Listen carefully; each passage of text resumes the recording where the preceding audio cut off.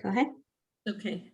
Hi, welcome everybody to using social media to build your nonprofit. I know several of you have been here before, so I'll try to be very brief. My name is Barbara Gold and I'm a senior resource specialist at the JCC of Coney Island. I work for the nonprofit help desk, which is a program of the JCC. The JCC is a multi-service agency which provides an array of services through 35 program sites and serves 2,500 needy people. We developed these workshops as part of our work at the nonprofit help desk, where we offer services, training, and support to mid and smaller nonprofits. By doing so, our goal is to help you try to do your work better and faster and smarter. We realize many of you are resource constrained, so however this helps you, we're glad for that. I wanted to tell you a little bit about our presenter, Debbie Roman. Debbie has over 15 years of experience working in marketing, branding, events management, and organizational development. Her experience includes several years working not-for-profit and for-profit. She is very fluent in the Spanish culture and the Spanish language. Debbie now focuses on the integration of social media technologies with the strategies of organizations. Debbie's most recent work history includes the Vice President of Membership and Community Development, for the Girl Scouts of Greater New York and Opportunities for a Better Tomorrow. At the Girl Scouts of New York, she successfully increased department growth in staff and clients by over 60%.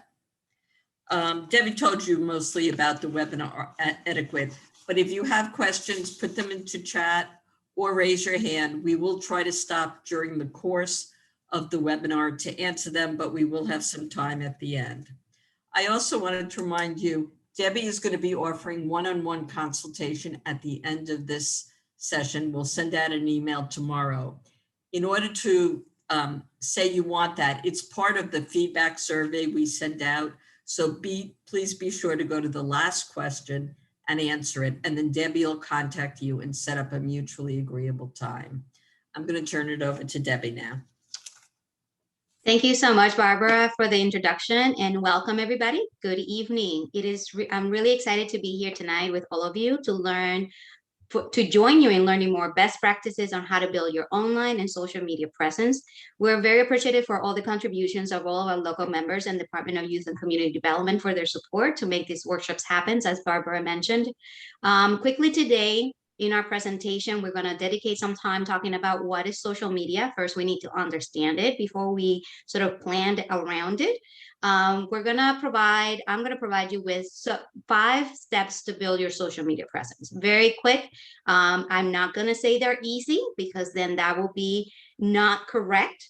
But I also would like to set some time up for some Q&A. So yes, we're going to dedicate time to answer your questions as we go through the presentation. And as Barbara mentioned, Barbara and Jill are here. So if you have questions while I'm presenting, please use the chat or raise your hand feature and we'll call on you and you can mute yourself. Again, I would like to see this very interactive in a way for us to be engaged in learning together. So let's get started. So before we can begin, can someone put in the chat what they think social media is? What is the definition of social media? If you can define social media, what do you think that is? If you can put it in the chat. I'm going to give a few minutes.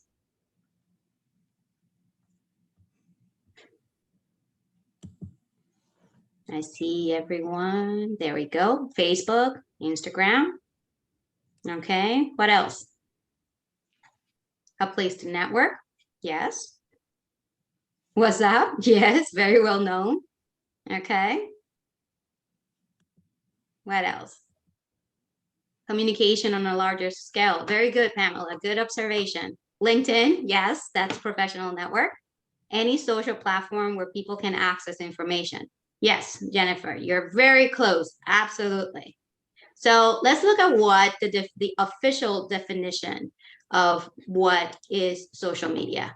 So, well, according to Oxford Languages, social media is described as websites and applications that enable users to create and share content or to participate in social networking.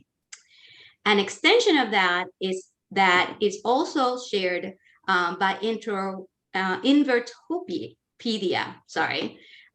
that defines social media as a computer-based technology that facilitates the sharing of ideas, thoughts, and information through the building of virtual networks and communities. It adds that users engage with social media via computer, tablet, smartphone, and via web-based software application. So what are some of the themes that you can find in these two definitions here? What pops out? What is the same in these two definitions? What can you call out? Could be one word, could be multiple words. What do you see here that is a theme around the definition? Engage, social, absolutely. What else? Networking, sharing. Are you seeing my notes? Information, absolutely. Ideas, absolutely. Multiple people are engaged. And then why is it important to identify these common themes in this description? Why do you think that participation, networking, sharing, users, multiple people engage? Some of this, to add to this, is computer-based. There is an application for it. You actually have to do an extra step in order to register, right? So why do we think these are important? What are those themes telling us? What do they have in common? Why is participation important? Why the sharing of ideas within these social platforms important? There's a need. What else? It's informative. Empowers the reader. Exactly. Gives people the buy-in. You are all very, very on point. So the purpose of the social media is it involves ongoing interactions, is sharing of ideas and engagement from both the user and the content development. That means you as an organization, you as a representative of a business, a small organization, delivering your mission. It's not one way. It actually has evolved into a two-way experience. There's the user and there is the content development. There is an engagement. There's a mutual opportunity to engage with them. So now that we know the definition of social media, let's see let's see who is using social media. So social media, as you can see here, in 2008, only 10% of Americans had a social media profile. As of January 2021, that number has increased to 79%. So there's a lot of us in social media, right? How many of you have your own profile right now? Or have multiple profiles? How many profiles can you share that you have? If you can count right now, briefly, do a profile screening of your engagement, personal, not the work one. How many profiles do you have? Facebook, 4. Jennifer has 4. How many more? Yes, Aaron lost track. They have 5. We had LinkedIn, Facebook, Instagram. So between 4 and 5, right? It's really interesting. And we're all managing each of them individually. And we all go to each of them for a particular reason. You go to Facebook for one thing, you go to LinkedIn for another, you go to Instagram for another, right? They all have very unique ways to engage with me and with you as a user, right? So put that as a perspective. How do you use it, right? You use it to stay connected with family, engage with the community, follow up on the products and organizations. So now let's go a little bit more to understand how each of these platforms are being used by age level. So as we're building our social media plan, which ultimately is what we want to equip you with today, we need to understand who is in with each platform, right? and what the age level is, you understanding your audience. So if you participated in one of our previous workshops, you will that helped provide information on how to identify your target audience.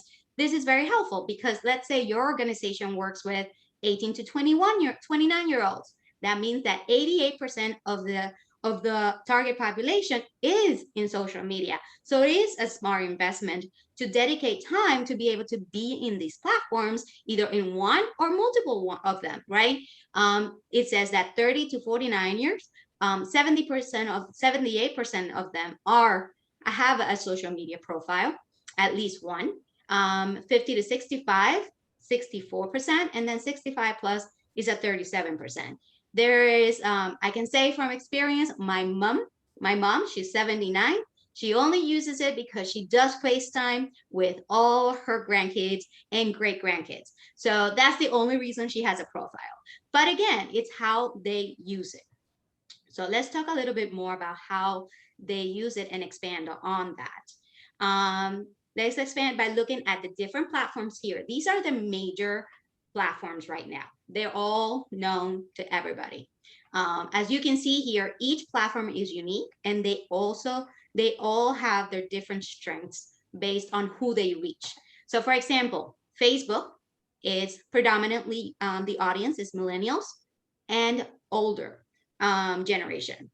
Then the usage in particular is for brand awareness. That's where you want to build your brand. That's your goal for your social media plan. Then Facebook, it's a strong place to do that. Conversion of campaigns, that means lead generation. If I want to reach out to a population, and then we can get them out, right?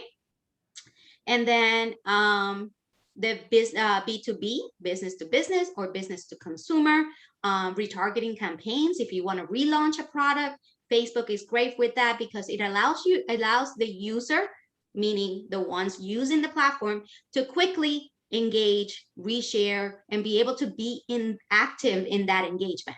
Then we have Twitter, which is the audience predominantly is under 49 years old. It is also for brand awareness. This is where you can use like very unique hashtags, retargeting campaigns, anything about politics, legislation, business to business, news. First thing, quick, snappy, and easy. Twitter is not to put a long piece in it. Yeah, Barbara, I see your hand up. We had a couple of questions, so you can wait till you're done Okay. with this slide.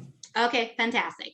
Then we have Instagram, which is Generation Z and millennials predominantly. As my daughter would say, she's a 16-year-old and she's like, Facebook? No, that's not for me. But they prefer to be on Instagram, that's for sure. You will see the influencers. You want to follow your favorite artist or your favorite actor, then that's where you go. TikTok is also a great platform for that. So we're going to talk a little bit about TikTok later on, because TikTok, compared to all of these platforms here, it's very new. It's still in its development. And yes, it is definitely Generation Z and younger generations that are all over TikTok. However, the pandemic has brought up a lot of older generations to also engage on TikTok. So we'll see maybe a year or two from now if that audience has changed, and how us as marketeers can actually use it for our own benefit. Then we have LinkedIn, which we all know. I saw in the chat that there was a lot of you that had LinkedIn. We use this as a profile, right? As a professional network. Do I want to do business with you? It's brand awareness. I want to create a professional image for my brand, for my service. I'll go to LinkedIn. I go and participate in those groups that are very unique. If I'm in workforce development, or if I'm in a specific field, that's where I'm going to go to connect with people and professionals that could be my partners, and people that can help my business or my organization. So it's strictly professional. And just as a fun fact, they will even call you out. If you're putting stuff out there that is Facebook oriented, and not LinkedIn oriented, they will say this is for Facebook or this is for Instagram. That's how the platform works. Then you have YouTube. Again, Generation C, millennials, 35 plus, 55 plus, Right now, it's growing everywhere. It continues to be around brand awareness, educational content. You can do a lot of how-tos. You can provide information about what to do, how to do it. So it's really, really good a platform for showcasing what you do and how you're doing it. And then the Snapchat.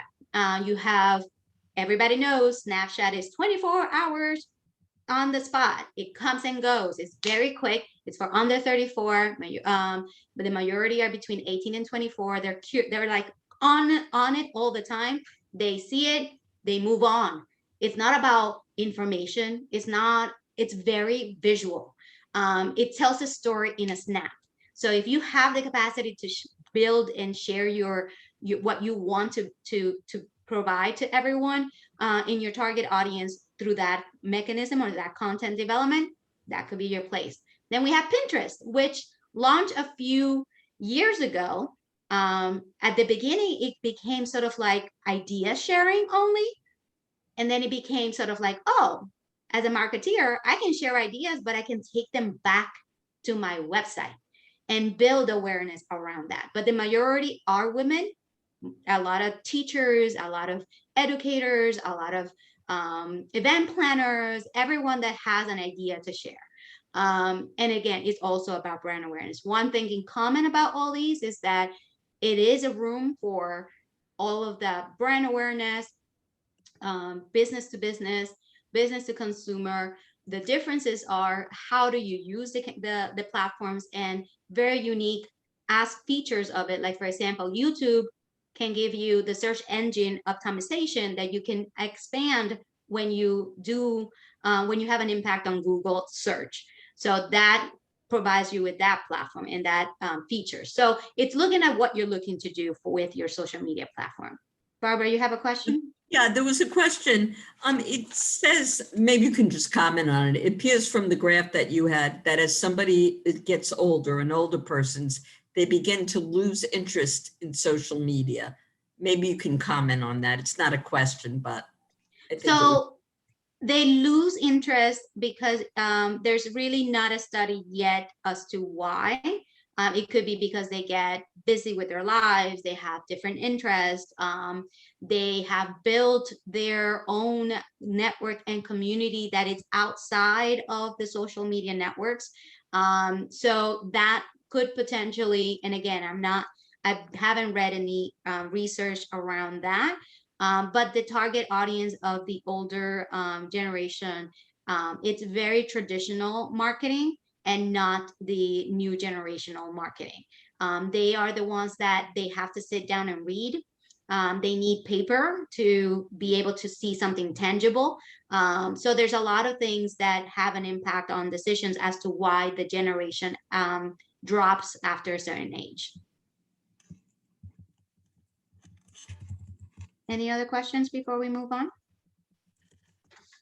Are we good, Barbara? Yep. Okay, great. So yes, that's right. And I would say personally, Pamela, I would prefer text before I pick up the phone. For me, it's more like I need something written. But yes, it all depends on preference. So something very interesting before we go into the 5 steps, because I want to give you all time to ask some questions, is what has COVID, the pandemic, impacted our social media?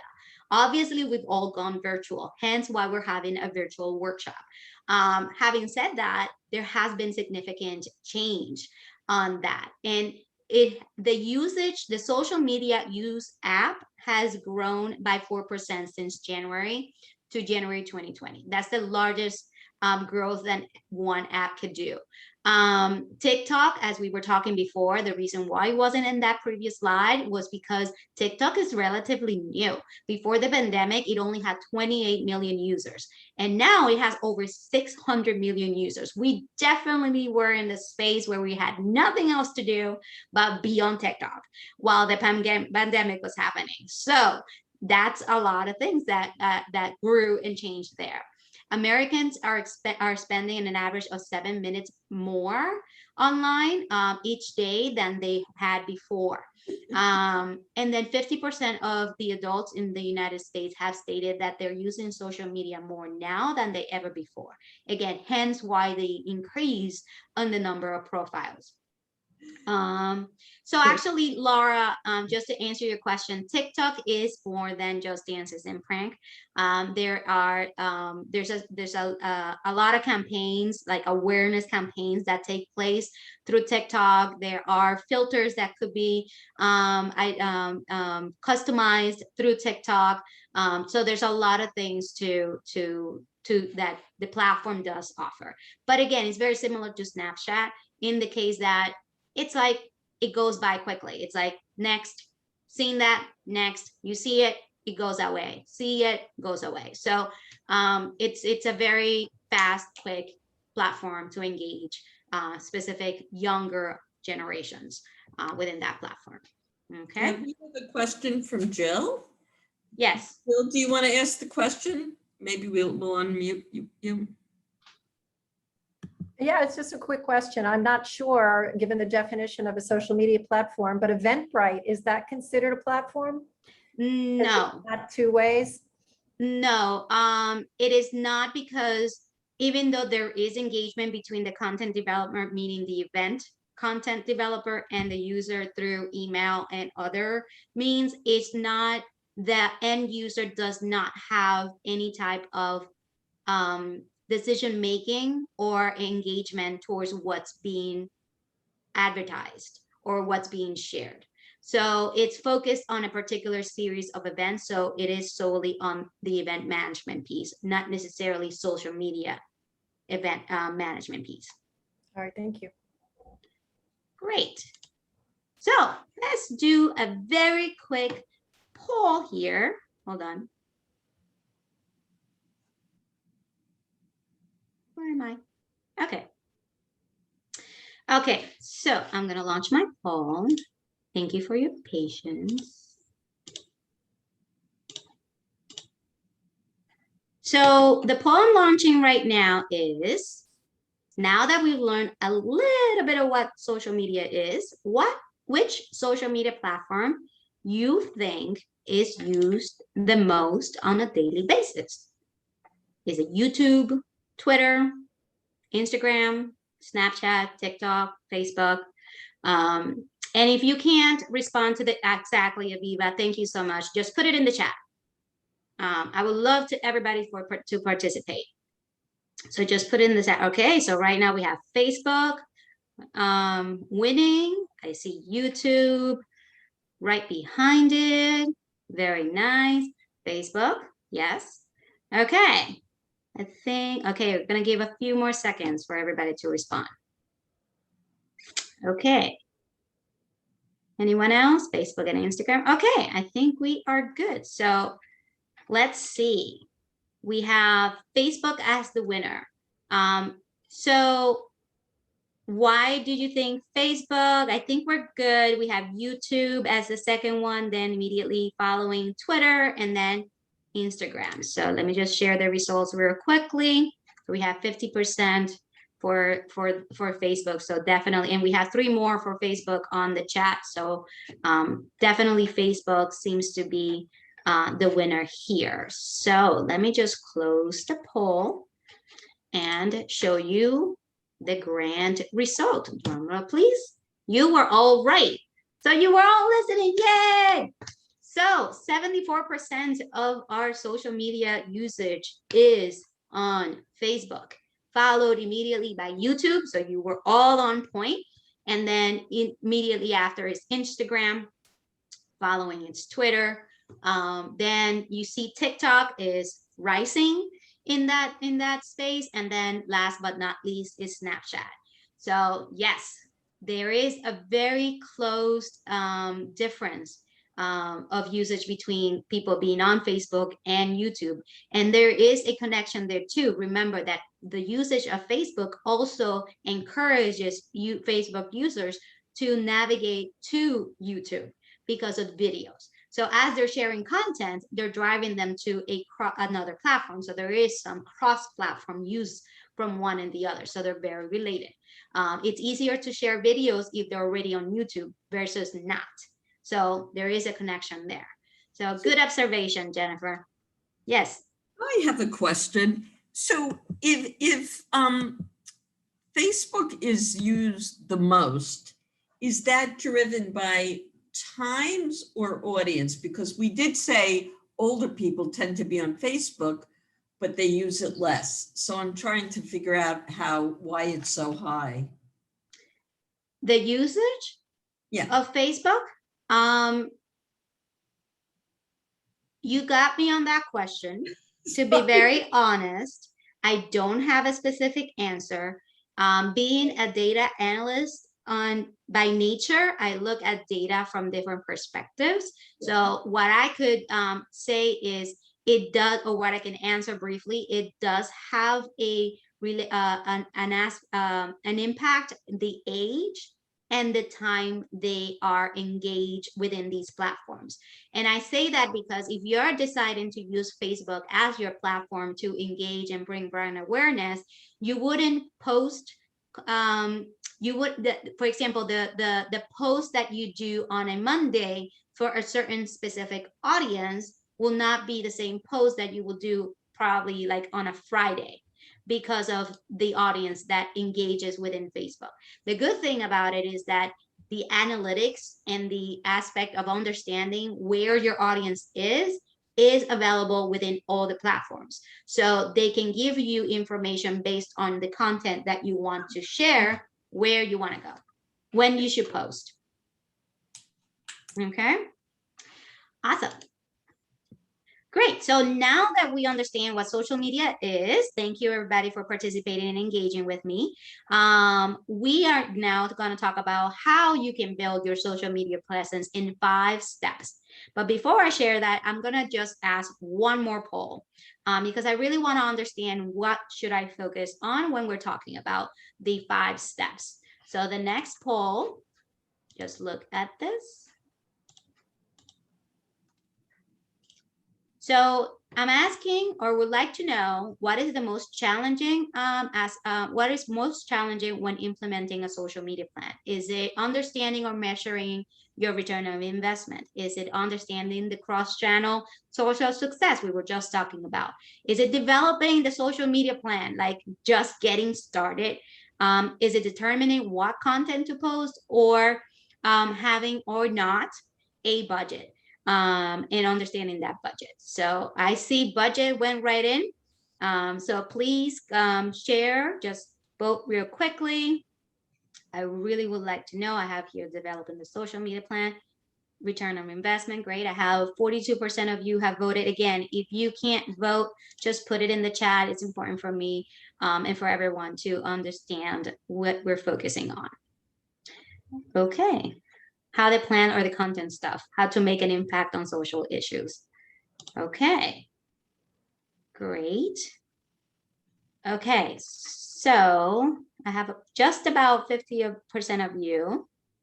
Okay, fantastic. I'm going to end the poll just for the interest of time so we can step right in, because according to this poll, we are all in the same in the right place, developing the social media plan. Yes, it's very tricky, but I hope to provide you with those 5 steps that can really help you get you started and not feel overwhelmed just by the thought of where do I start and how do I start? At least now you have a basic understanding of the different platforms, what social media is. So now that we do that, we're going to jump right in and learn a little bit more about the 5 steps to building your social media plan. Thank you everybody for participating. So very quickly, the 5 steps of building your social media plan. First, you have to set your goals. With the information that we shared, you need to understand what are your goals of using social media. Is it brand awareness? Is it building your customer base? Is it funding? I want to put their funding too, because if you want to build a presence so you get noticed by potential funders, that's also a goal. So you need to identify what is your primary goal. And it could be multiple, but there has to be at least one or a top 3. You can't not being able to have that goal will put you all over the place. So setting that goal, it's really important. Identify your target audience, choose your platforms and then build a plan. It's not about going to all of them. It's just choosing the platform that you feel will meet your goals. Then it's important to track your progress. That's how you can measure your success. And then on top of that, what to do, we're going to talk a little bit more about. It's not about just building your social media plan and implementing it. This is once you adopt it, you have to keep going. It's not a one-time thing. It's an ongoing thing. Okay, let's go into it. So when you're beginning to set your goals, some questions that you would like to answer as you develop your social media plan is, for example, what do you want to accomplish when you build your social media or online presence? Do I want to do recruitment, retention, engagement, marketing, customer building, customer engagement, organic, paid, all those things? What do you want to have a social media? Why do you want to have that social media presence? And I heard earlier about building advocacy, social impact, right? You want to have that community impact. Do you want to do it locally within a specific neighborhood? Do you want to do it nationally? Do you want to do it statewide? You have to think about the impact you want to have. Are you building a new presence, or you're improving the one you have? If you already have something, what I'm providing here, it's not for you to scratch everything you've done. It's probably to take the time to say, okay, this is what I already have. How can I build from there?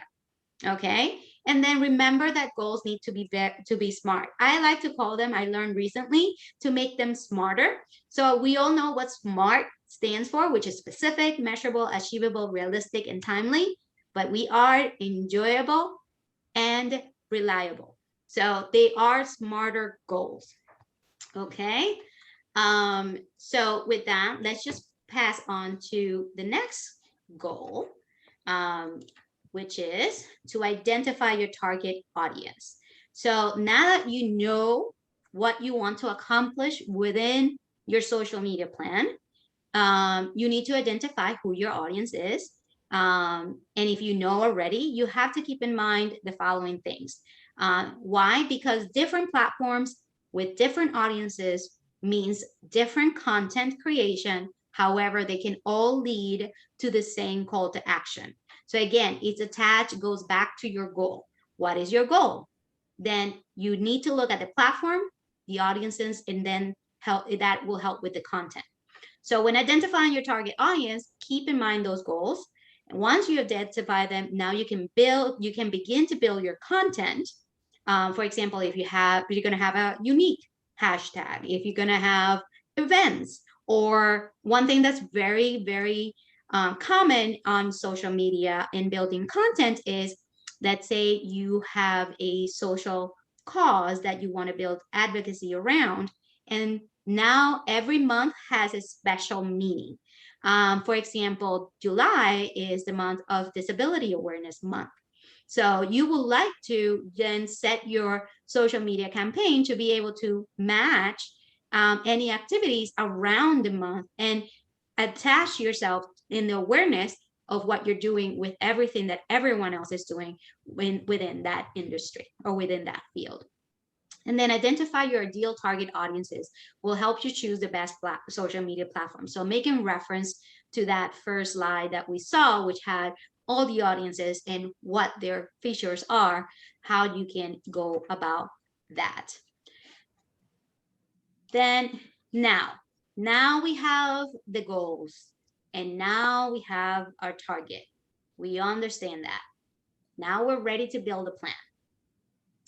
The plan is, make sure that you're building a plan that includes all your social media content and connect, including with your website. Again, goes back to what is the call to action. If you're building a website or a Facebook page, and I'll be happy. I didn't include it here because it does take a little bit of time. But for example, how many of you have a Facebook page? A lot of you, right? Do you have a Facebook page for your organization, or do you have a Facebook profile for your organization? Page. So there is a difference. Jennifer has both. So depending on what your goal is on being on Facebook, it's ideal that as an organization, you have a profile.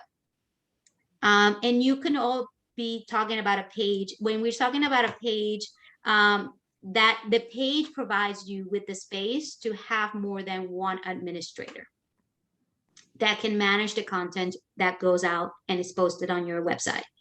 And then be able to not necessarily be just a person. As that representative, and I'm looking at some of you as well, you are executive directors and high-level profiles from the organization. You can also connect your presence, your individual presence, to the page of the organization and build that organic engagement as well, as an individual, as well as the organization. Yes, Joe.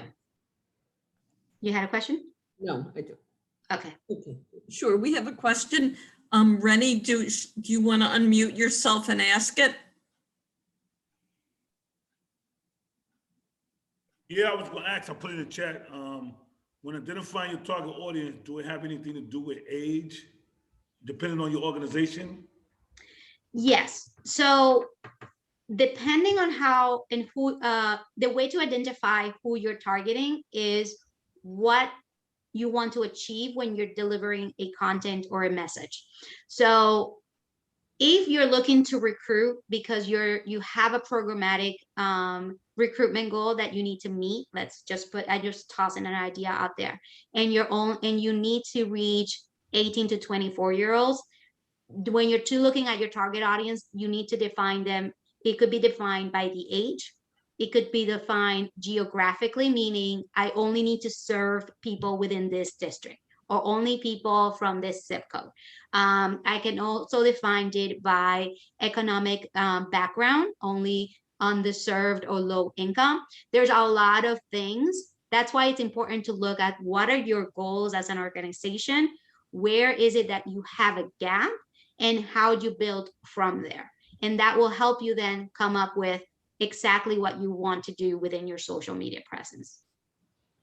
Did that answer your question? Yes, depending on the program that you presenting at that time, the services.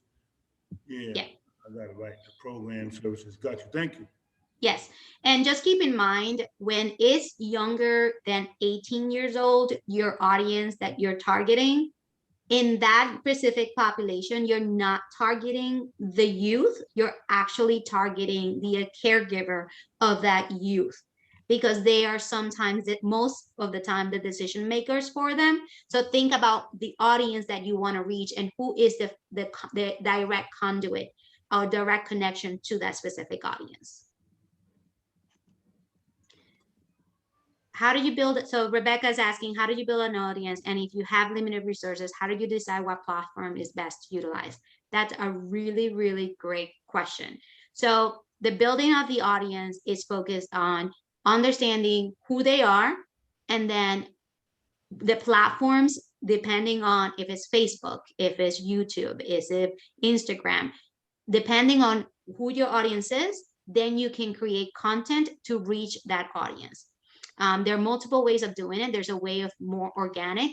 Again, if going back to the original conversation that we just had, understanding social media, it's about engaging the audience in a way that they feel they're part of it. So you build your audience by engaging them in a way that they feel that they're part of what you're doing. So instead, I see a lot of organizations that they're desperate and they just put information out there. That's great. You're posting, you're actively posting.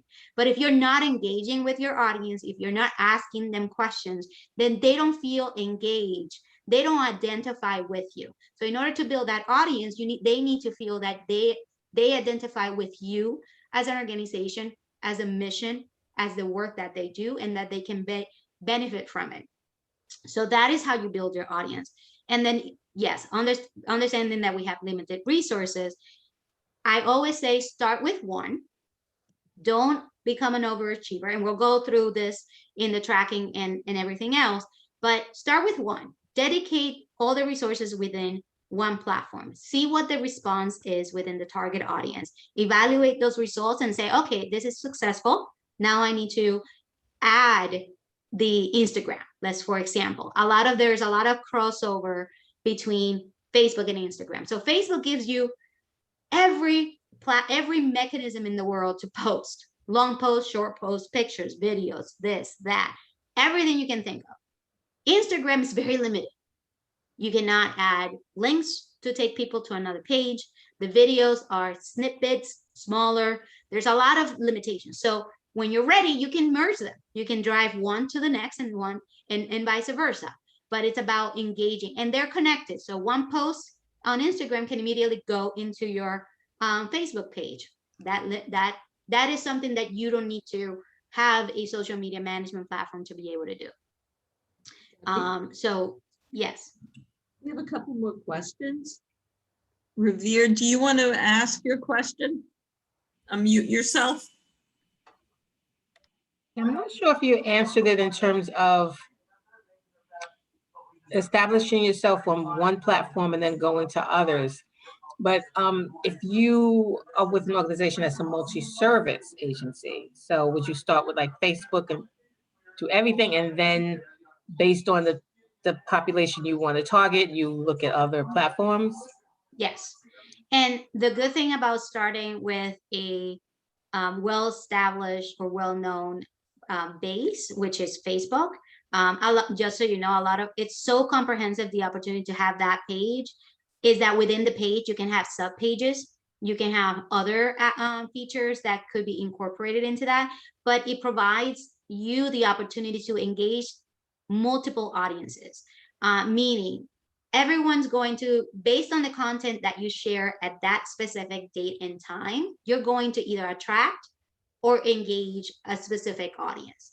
However, everyone's going to be following, and based on your posts, as diverse as they can be, as long as they're engaging a particular audience. If you're a multi-service agency, then the post that you're making, or the content you're delivering for a particular audience, just make sure that that audience you're speaking to feels that they are engaged with you.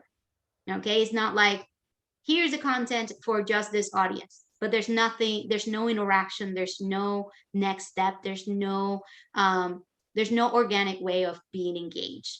The networking, participation, engagement are key for you to be able to engage the audience, regardless if you have multiple audiences within that platform. And Lakeisha, do you want to ask your question? Yes, I see Lakeisha. Hi, how's everyone? Hi. Okay. How are you, Lakeisha? I'm good. How are you doing today? Good. That's good. So this is really awesome what you're teaching. I do a lot of engaging with my groups, my organization on Facebook, and you know how that boost post where they tell you to boost and you pay like $3 to $5 or stuff like that to get a bigger audience.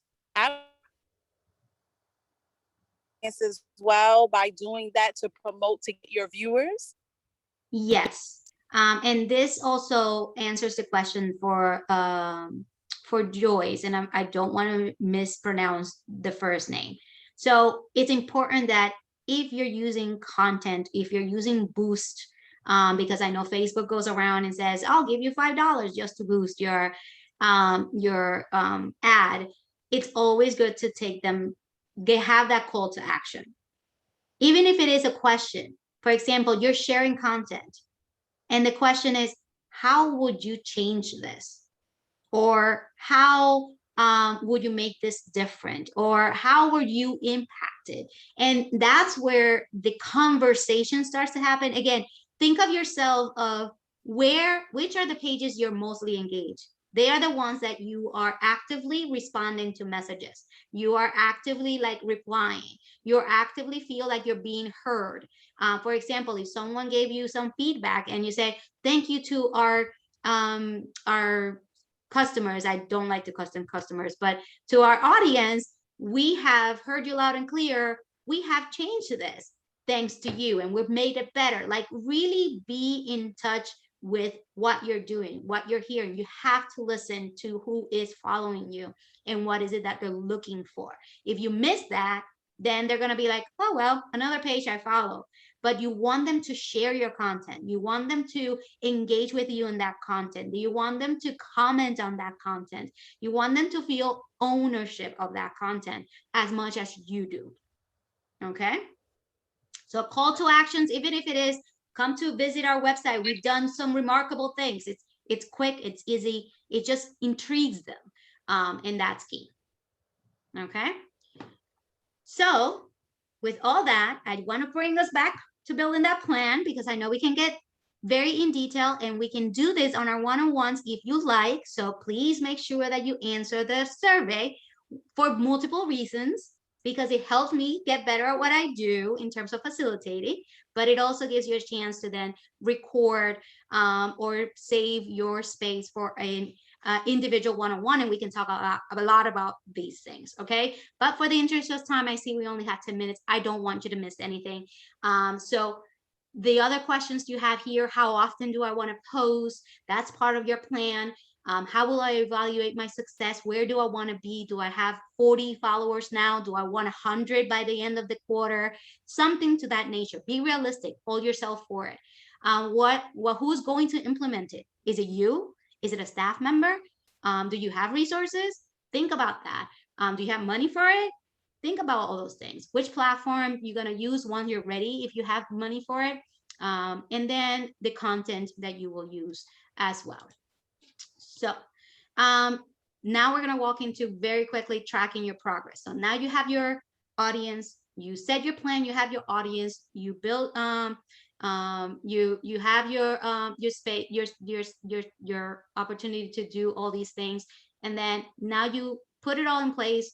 How do I track my progress? So going back to your goals, if my goal is to grow the brand, you're building awareness, then your metrics are followers and shares. So again, building that content. If your goal is to turn customers into your advocates, then that's engagement. That's where you have very much interaction with every one of them. That takes a little bit more time, but then your metrics will be focused on comments, likes, mentions, ads, etc. If you want to drive leads and take those leads and convert them into sales, which is conversion, then that's exactly the conversion goal: is website clicks, email signups, etc. Let's say you have a newsletter, you invite them to go to your newsletter, they sign up. And if it is improve customer retention, meaning you already have them, you want to keep them, then it's the consumer end. And that is more about gaining testimonials, having them organically say, I love this, I'm going to give you 5 stars for what you're doing. That's what you want them to do. If that's your goal, improve customer retention, that will be your metric. How many people have said, yes, I love what you do, thank you for doing it? Very simple. You don't have any funds right now or any budget right now to dedicate to any of that. I don't want you to be afraid of stepping into this. As you're preparing your tracking system and organize your plan and content using the content calendar, this is an easy way to see where you're placing the content and what is this response you're getting from your audience. Again, you constantly need to evaluate your impact, because you can't continue to push content out and not see engagement. It's important to see, oh, I posted this, awesome, they responded to this, I had 10 people like this from my 50 followers. Fantastic. That means that's what they're looking for. Now you've connected with your audience. If you continue to push content out with no likes, no shares, no nothing, then it's just one more page. Okay, so that is where you need to constantly evaluate that. But it's important that this, for example, this is an Excel sheet. There's nothing complicated about this. A simple Excel sheet. You're going to put who's the social network if you're doing more than one. What day did you post it? The time that you posted, again, tracking where your audience comes to visit your page. Going back to Barbara's comment, how do I know who my audience is at which time, where they're visiting? What is it, the content that you're sharing? Is it taken to the blog? Is it take them to the website? Is it a promotion? Is it a hashtag? Is it a sharing? The topic, identify them, the social copy, and then the link, if there is a call to action to a separate link. And then you can come back to it and say, this was posted on 6/1, for example, and then I go back a week later and I gain 10 more people like my page. You're starting to see impact from your actions, because sometimes it gets very frustrating. Social media, it's overwhelming. Some strategies have been that we want to reach 100 likes by the end of June. Great, you can push for that and create a campaign around that. But why? Why do you want 100 likes, right? And you have your audience to do that, okay? And then the other simple way to do it is to keep track of those metrics depending on what your goal is. Track the followers that you've gained. And sometimes some people leave. Maybe they said, this is not what I'm here for. Engagements, how many people shared your content, how many have viewed your video, and then what is the click-through rate. Depending on the platform, there is an average click-through rate that is sort of like what they call healthy. So you have to look into that as well. And this sample right here, it's also an Excel sheet. So you don't have to get from the get-go, you don't have to overthink it. You just have to choose a platform, what content, what is your call to action, and get going.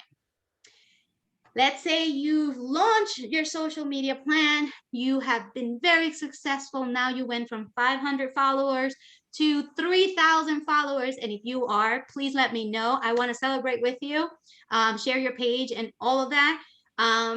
But now you have a lot of platforms. You've decided to expand and do cross-platform social media engagement. That's where these come in. You do have to pay for this service. You do have to have someone that knows how to work in the systems, because these are social media management platform.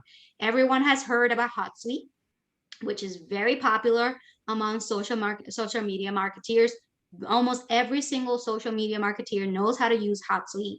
It tracks conversion. It measures your campaign results. It goes into mobile options. It has really a lot of analytical in social media profiles, and it allows you to also interact with your customers through the platform. So you don't have to go in through all 4 or 5 platforms like we do.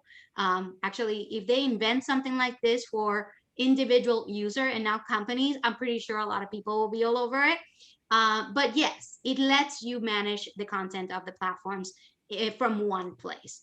Then you have Sprout Social, which is also, it is a more affordable version than HotSuite. It does have some of the same features, but it's something to take into consideration. It has very user-friendly,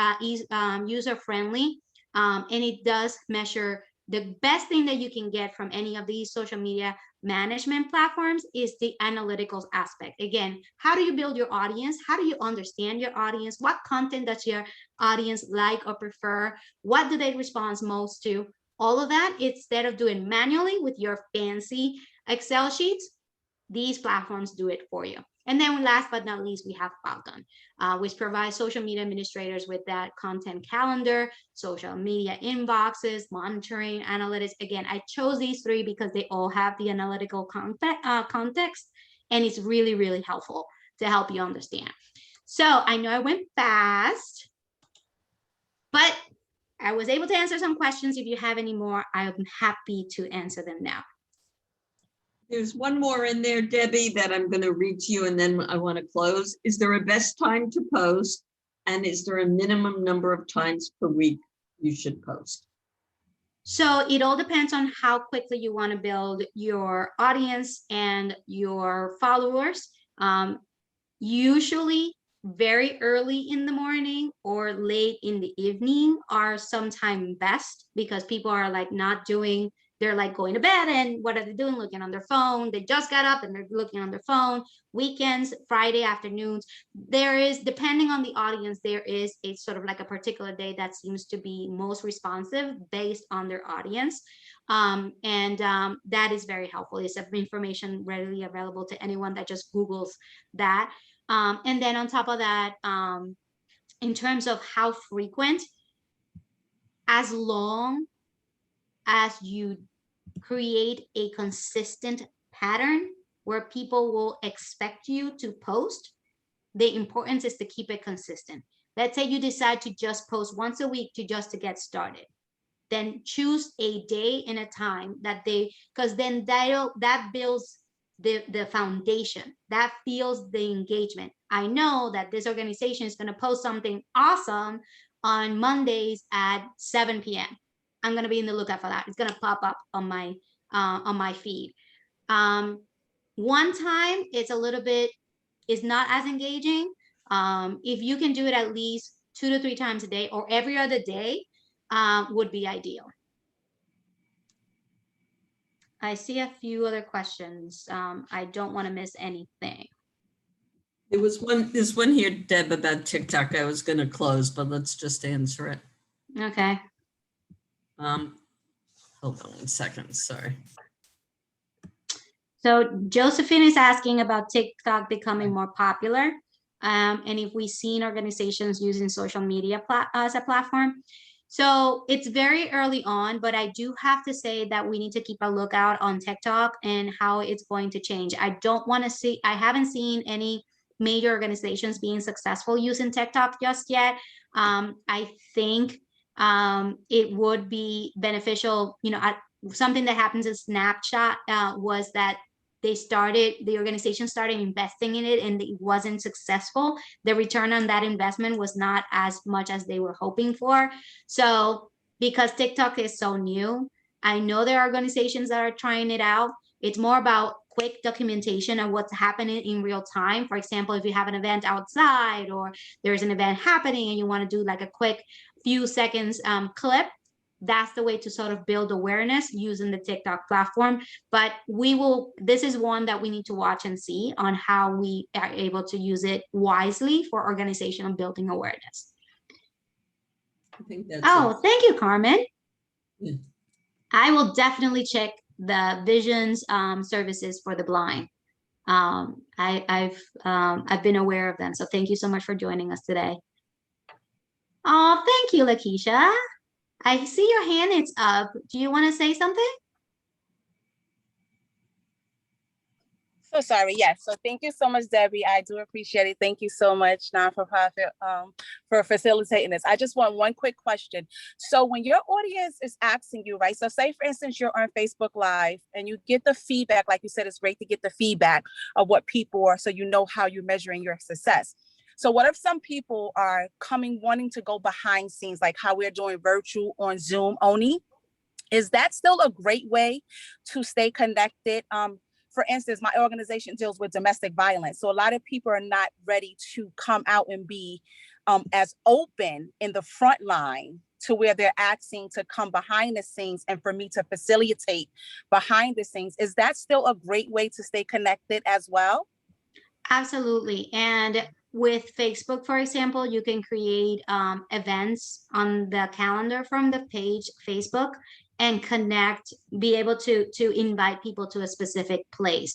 And that's where Eventbrite also comes in handy. You can do an event on Eventbrite that is available specific to a specific audience. You can share it through your page. And then one thing that very similar to what you experienced when you signed up for this workshop, you did not share the information to join that space until like the day before and the day of. Those are sort of like some tactics and some techniques on how to build a safe space outside of the social media platforms. Part of the workshop on the next workshop on June 3rd, it's going to focus on how to utilize the different platforms like Zoom, Google Meets, and everything like that to engage your audience outside of your social media platforms. So understanding, like building that safe space based on your audience. So there are ways to kind of build that up. The slides will be posted, yes, and the recording as well. As you can see, we have been recorded, so thank you, Tamar. Okay. Thank you, Pamela, for joining us. Thank you, Lakeisha. Hey, sorry, I might have missed it. Where's the evaluation? That was the last question I had. I was hanging for to fill that out like you're asking.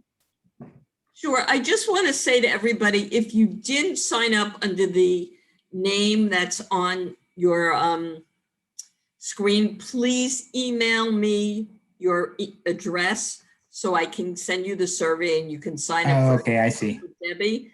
My email awesome. address is b.gold@nphd.org. but, and that way you'll get the email that is a survey and it offers you the opportunity to sign up with Debbie. What I want to do is thank Debbie for a great presentation. It was engaging and informative.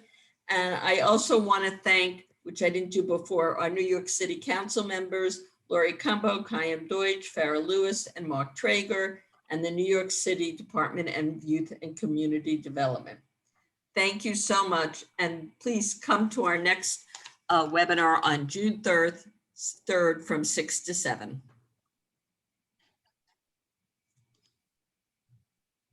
Thank you and good night. Good night. Thank you, everybody. Thank you. Good night. Good night.